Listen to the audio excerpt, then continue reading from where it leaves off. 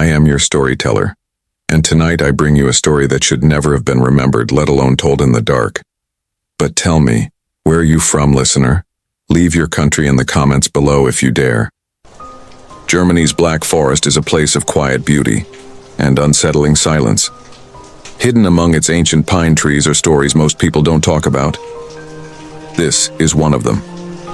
In the summer of 2021, a 17-year-old boy named Lucas decided to take a weekend trip to the Black Forest. He wasn't reckless. He was actually an experienced hiker and loved nature.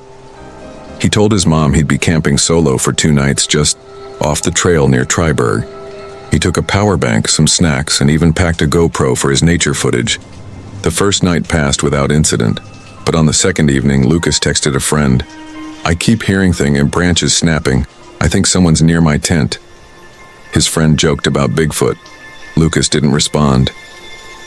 A few hours later, at 2:12 a.m., his friend got a voice message.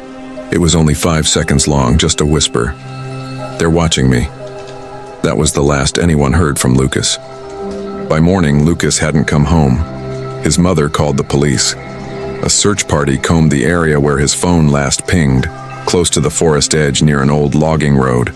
After 2 days, they found his tent, still set up, backpack inside. Nothing stolen, but 30 feet away, in the brush, lay his GoPro camera. Investigators reviewed the footage, hours of normal forest scenery. Then, near midnight, something strange. The camera was facing the tent when a shape moved in the background. Tall, thin, not human. It didn't make a sound. Then, static. The feed cut out. Authorities ruled it an unexplained disappearance. But locals have their own version. They believe something lives deep in the Black Forest. Something that doesn't like being watched. To this day, Lucas has never been found. No tracks, no body. Just that whisper. "They're watching me." If you ever find yourself in the Black Forest alone, and the trees go silent, run. Beneath Berlin's modern skyline lies a maze of forgotten tunnels, remnants of war and ruin. But some of these places weren't just abandoned, they were sealed, for a reason. In early 2023, a 24-year-old urban explorer named Mark set out to document Berlin's underground structures for his YouTube channel. He had a growing fan base and a reputation for squeezing into places no one dared to go, especially the sealed-off S-Bahn tunnels under Kreuzberg. Mark entered the tunnel at dusk. The footage starts with him joking, showing his flashlight and echoing footsteps. But 20 minutes in, the jokes stop. He hears something. A faint sound ahead. Not metal, not water. A scream. Distant. Human. Then, silence.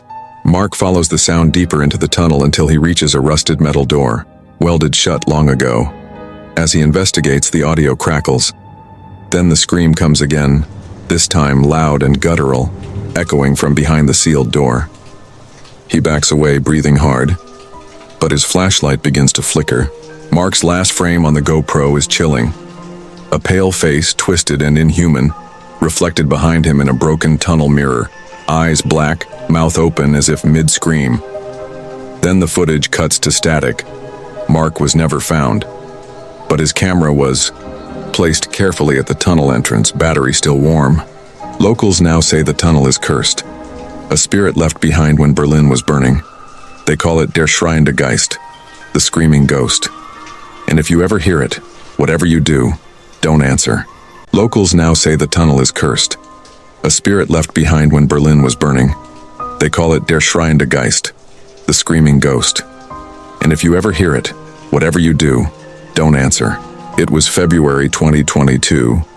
A young woman named Julia had just finished a night shift at a bar in Munich's Marienplatz. She caught the last U-Bahn train heading toward Pasing. The train car was nearly empty, except for one man sitting across from her. At first she thought nothing of it, but he kept looking at her, not glancing, staring, unblinking, not moving a muscle. When she got off at her station, she quickened her pace, but she heard footsteps behind her, steady, matching hers. Julia reached her apartment building, heart pounding. She didn't look back until she shut the door. No one was there. She double-locked everything.